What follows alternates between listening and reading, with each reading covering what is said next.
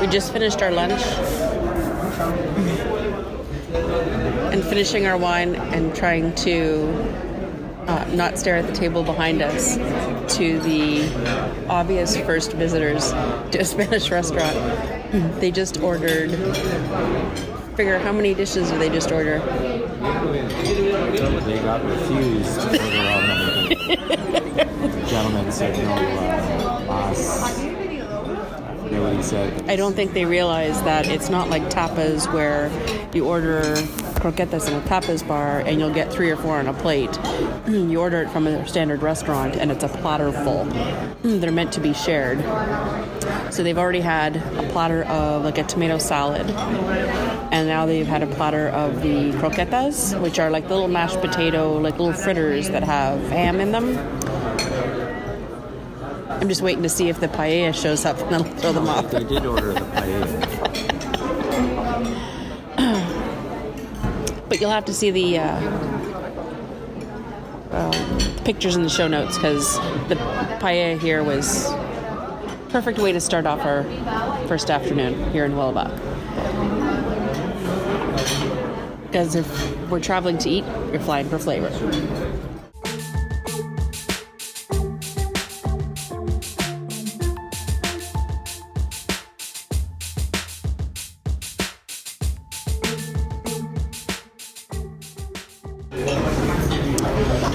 So Norma's asking me this morning why I chose this city. It is about an hour away from the Faro airport going east, but it's probably about 15 minutes past the Spanish border. On the way to Seville, which is a old central city here in the southern part of Spain, but Huelva is considered a port city. There's 2 rivers in this area that kind of meet down towards the ocean front, and there's a point where the story goes that Christopher Columbus left to go in search of other lands. So there's a lot of references and statues and monuments built in his honor in this city. But I was surprised because it's not a tourist place, meaning that they're not used to large amount of tourists that usually stop in this city. Cool thing is that accommodations, restaurants, everything else is much more economical. We were just at a grocery store this morning, and I think there were sales on for wines for 2 for 450 euros and that kind of thing. Our hotel room, we probably have, I think, the only 4-star hotel in this downtown central area. Restaurants, shopping, everything within, surrounded by blocks in all directions. And we're paid $78 Canadian a night, which is unheard of anywhere else. So it's a lot of self-parking. There's close-by parking, but it wasn't that bad. We had a Michelin-starred tasting menu last night. I think it was 75 per person. And it's supposed to be 8 courses, but I'm sure we had, 12, 13, something like that. It's crazy. The wine pairings are, 30 a person. So it was nice for a first meal. Tonight we're going to do something similar, but I wanted to talk about the pricing and the flights. So if you decide you want to come down this way, and especially if you haven't been in this corner of the world before, it's a little easier price-wise. It's a matter of getting your flights to get to this area. You can either land in Seville, but you'll probably make a connection through Madrid to get here. Or if you're going to come in and land in Faro, which might be a little cheaper, you'll have to probably take a connection through Lisbon. But even if you decide to save money on the flights, at least get as far as Lisbon, because we could have rented a vehicle and within a 2.5-hour drive, we could have drove straight here to Huelva from Lisbon. So everything is only a couple hours away, which is great. So having a small car wasn't overly expensive, and there's all these small towns and cities. Highways are easy to drive. Everything's easy to, great signage anywhere so you don't get lost. Didn't even have to get a GPS through the car rental place. And we're going to be staying, so anywhere around the Faro area. This is the tourist area is called the Algarves. but they have, so there's Faro, Albufera, and we're staying in the tourist marina community called Vilamura, which is mostly like a marina, a lot of ships, central market area. Again, it's another part of a port type town. It'll be similar to any other kind of waterfront cities or towns that you would find in North America. So we're kind of looking forward to that, see some boats. And the only thing I would suggest, I guess, so far, because we've only been here for, 24 hours, either brush up on your Spanish, bring along your little phrasing book, translating from Spanish to English and vice versa. Even though we can get by on some basic Spanish, even in restaurants, because they're not used to the tourists, there's maybe one staff member per place that speaks enough English to hold a basic conversation. So just keep that in mind if you decide to go outside of the standard tourist areas. But other than that, order a paella, a vino blanco or a vino tinto, and just sit and watch the people. And even here, it's about 13 degrees Celsius here in January, and we're sitting outside, a little heater near us, but it's like sitting on a patio anywhere else. And yes, there's no snow. Yay! That's all I can think of is there's no snow. It's funny.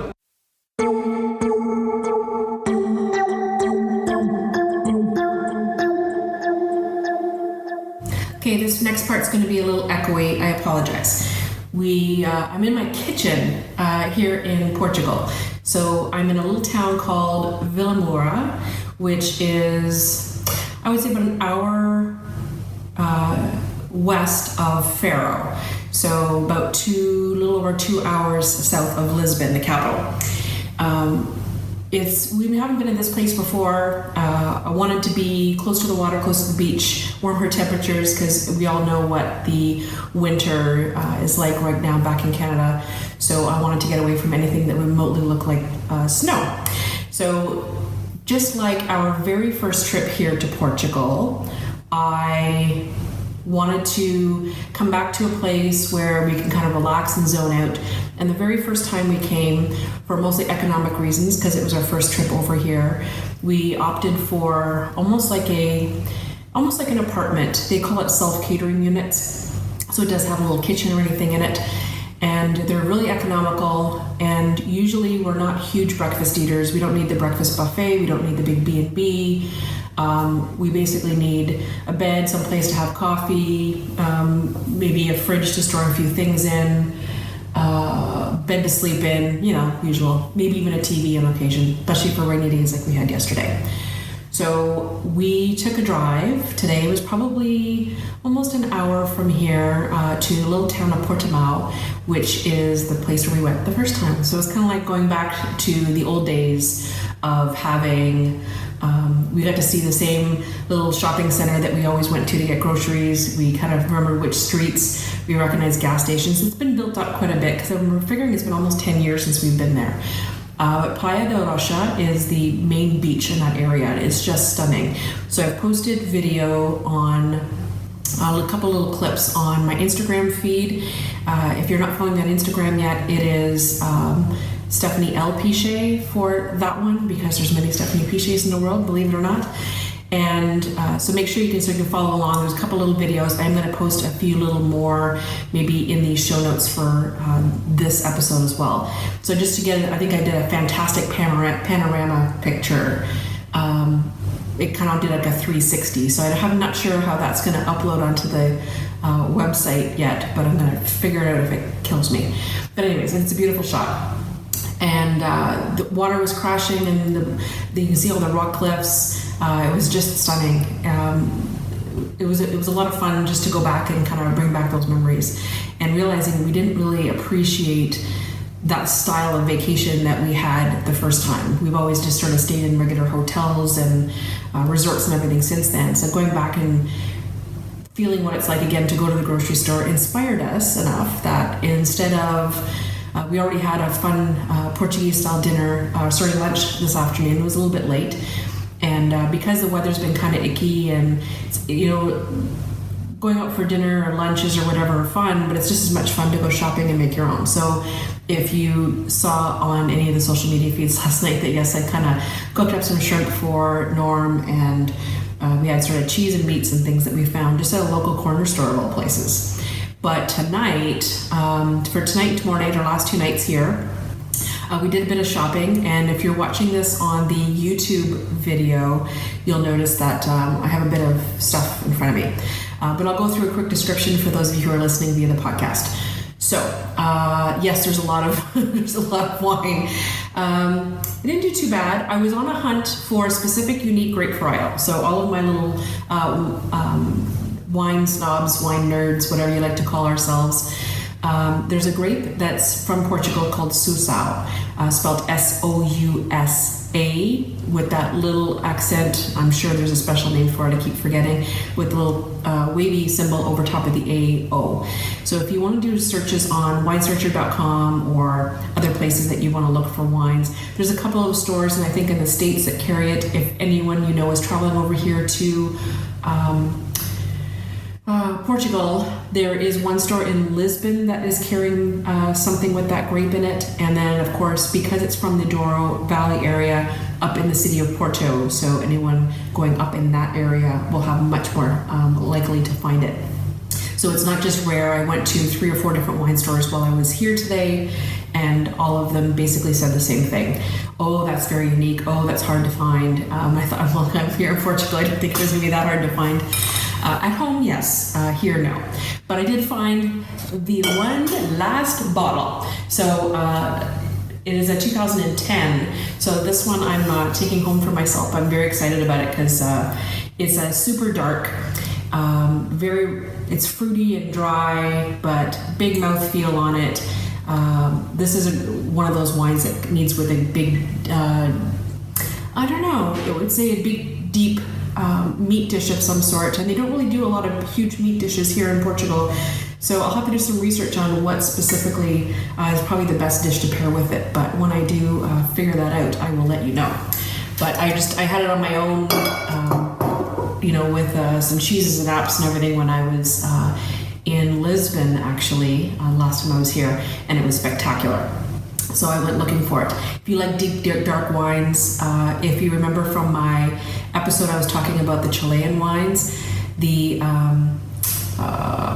can't believe I'm thinking about it. Purple Angel is from Montes. It would be a similar in weight and kind of similar in style, but it's got a completely different taste to it. Anyways, I fell in love with it, so I'm very excited. Also, of course, I wouldn't be leaving Portugal without port, of course. So I not only bought some couple of good vintage ones, some 2012 I think we bought. Norm bought one for a special year of 1998. That's the year he started his business. And couldn't bring myself to buy a 1971. It's about 200 euros a bottle. We're already going to be having to check another suitcase already. So I thought, not a good idea. But I did treat myself to a bottle of white port. So for those of you who like port, but sometimes you find it might be a little bit too strong, white port is traditionally what you would have prior to a meal, and then of course the tawnies or rubies are what you would have after dinner. So the white port's a little lighter in style for those of you who are watching the video, so it's colored closer to this. Isn't that a beautiful box? It's going to be a little lighter in style, a little bit less dry, so no, actually a little drier probably than what you would expect. So tawny, even the tawny wines are a little bit, port wines are a little bit sweeter. This one's basically meant for, it's a lighter in style, kind of gets your palate going. I really love that, nice and crisp and cold prior to a dinner when I'm here. So I wanted to bring back a good bottle for myself. And a couple little giveaways and gifts for people when we get home as well. And then of course a couple of blends. I am not sure if I have, you'll have to check my schedule if I'm doing a class or tasting on Portuguese wines this season. If I'm not, I might actually squeeze it in very soon. Hoping to, one of the things about Portuguese wines is they're a little more difficult and complicated to learn. There are more grape varietals that grow in this country based on the size of the country than anywhere else in the world. And they try to use many of them. So they're mostly blends. There's a couple of bigger ones out there. Torriga Nacional is one of the bigger ones. But they tend to do a lot of different blends, and there's a couple of big producers, as always, that you would probably see back in Canada or North America. I'm going to list some of my favorites, some of the bigger brand names to look for if you want to sample some of the Portuguese wines. But just like I always say, even about the Spanish wines, they're probably some of the best value. And one of the predictions, if you listen to our episode from last week, 2018 is all about obscure or unfamiliar, smaller wine regions. So if Spanish wines are going to be big again big this year, then things like Portuguese wines, maybe particular regions that you're not familiar with. Basically, it's a matter of trying something new. So don't forget, our theme for this year is #OneNewThing. So this might be an opportunity for you to pick up a bottle of Portuguese red wine to give it a try. There are some really great whites out there. Again, they're all blends. You're looking for something maybe from the Alentejo region. There's a couple of, that's probably one of the most common ones. But again, I'll post a couple on the show notes. And as always, the show notes are going to be at stephaniepichet.ca/flavor22, or 22 this week. So a couple of the things that I found when we were there, just going to grocery stores. I'll post some pictures in the photo gallery in the show notes as well. But they had this, I went to this grocery store today that is called Apollonia. And their tagline is the real supermarket. And this was an old town called Lagoa. And it's probably between here and Portimao, so basically on our way back. And one of the reasons I went there was to go and find that Susau wine that I was talking about earlier. And one of the guys in the wine store said, oh, you need to go to a fancy supermarket, and they have one in Lagoa. And I couldn't remember the name of it, but when I just looked up supermarkets, this one was rated really well. But they actually have a reception desk as opposed to an information desk. The gentlemen are wearing suits at this reception desk. Their wine section is basically like the size of LCBO, a standard one that you'd find at home. They have beautiful locked cabinets with all of some of the wines that all of you extreme wine lovers, Sassicaia is there, DRC is there, all of them are in these beautiful glass cases. So just about anything you can think of is there. So the fact that I managed to find one bottle of Susau in that entire thing, I was thrilled. But we also picked up those other things there too. However, they do have, I checked just on a hunch, checked through this little cooking section. So if you're not a big wine lover and you're kind of thinking, oh, well, she get over the wine stuff, I went through the cookware aisle, which would be if you went to like a superstore or something and they had, they usually have a few pots and pans, maybe cookie sheets or something. Well, this one had, everyone else is always looking for this, and even my little hometown kitchen bit store, which I love, she has a hard time finding these too. So this is a cataplana. So if you're not watching the video and you're listening to this in the podcast, try to either look up cataplana. It's spelled Cataplana. It is not just the name of the vessel that this dish is cooked in, but it's also basically the name of the style of the food. So you'll find that there's a lot of cataplana with something. So cataplana with mixed seafood, cataplana pork and clams. Basically just means that it's cooked in this thing. So if you're not watching this on the video, essentially it looks kind of like a wok shape on the bottom, and it's exactly the same on the top, and it's like a shell thing. There's two latches on either side, and then the handles open up. So essentially it's like its own little steam thing. They used to be made out of copper at one time, and and I do have one from my very first trip here in Portugal that I brought back. Yes, for packing it's a little tricky because it's quite large, but you just put clothes and stuff in it on the way home. Works every time. The copper ones are gorgeous. They're not usually too big for, you can barely find little large ones. Even some of the stores down in Toronto, I've kept asking around for them. Everyone's making these stainless steel versions. You can even probably find, if you hunted around for them, ones with a non-stick interior. I did find one at this store. They had one of each left. But the latches weren't really great on the non-stick ones, so I went with traditional heavy-duty stainless steel. So I think this one's going to last me a while. This one will probably serve a good 4 people with each use. The smaller ones that I have, or the smaller one that I have, would probably be great for 2 people. So essentially, there's like a lot of tomato base to it. You basically make the sauce, and then you put in, if you're going to do any kind of pork or meats, you put that in with the sauce. And just before that's done is when you start layering in all the seafood, and you keep latching it up in between. So I'm gonna go and grab my cataplana recipe, and I'll post it in the show notes too, because I think even if you didn't want to try, or if you don't have a cataplana like this, essentially if you tried a covered Dutch oven or a covered pot, it'll work basically the same way. It just doesn't have the big ta-da when you can bring this thing right out onto, trim it onto your dining table and just lift the latches, because that's exactly the way that I had it the first time, and I think it makes all the difference when you have the showpiece. So that, and price-wise, this one here is about 55 euros for this one at the grocery store. So you may be able to find one in smaller markets. If you have, if you're living in any of the bigger centers and you have any stores that like Portuguese grocery stores, or if you have a Portuguese area in your city, just ask any of the locals and they'll be able to kind of point you in the direction of where they would get a cataplana. Anyone who is Portuguese knows what a cataplana is, so they can find that. And if you have been listening to the podcast and you listen to the Christmas gift ideas one of the gift suggestions that I mentioned on there was a cheese curler. And what are the odds that I find one here in Portugal for 15 euros?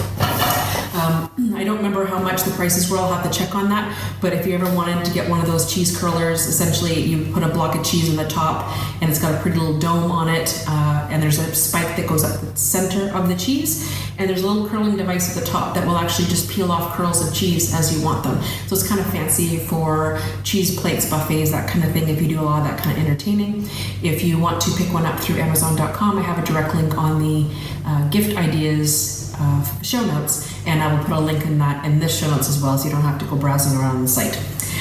So for tonight, that's basically it. We're doing crackers and olive oil, and we got a really fresh baguette and 2 couple different cheeses. Norm found it's almost like a salami, but it's actually made out of, we got this at the farmer's market today, along with some fresh clementines and local pears, believe it or not.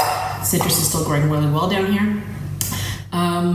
It's figs, almond, and honey that's created into a little salami. So I thought that'd be fun for a little cheese board, and he bought some, this is some kind of managed to find guacamole. And what else did he buy here? We're looking at it. Looks like a pesto. Oh, black olive and mushroom paste. Nice.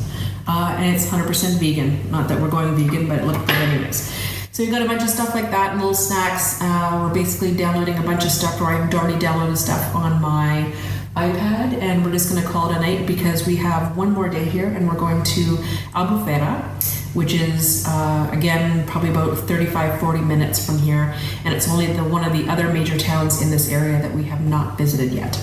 So hopefully I'll be able to take some last minute notes. Make sure you follow along on Instagram for the up-to-date pictures and stuff, stories with the 24-hour things. So sometimes pictures that aren't pretty enough, I think, to put on Instagram, I'll go ahead and post them through the stories feed.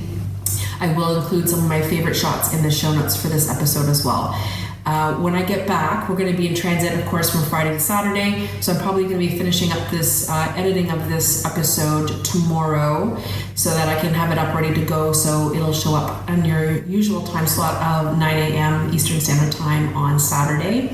I'll be on my way back into town by then, getting ready for my first cooking class of 2018 back in Sudbury, which is on Monday evening. So if you're listening to this from the Sudbury area, I think I want to say a couple seats left.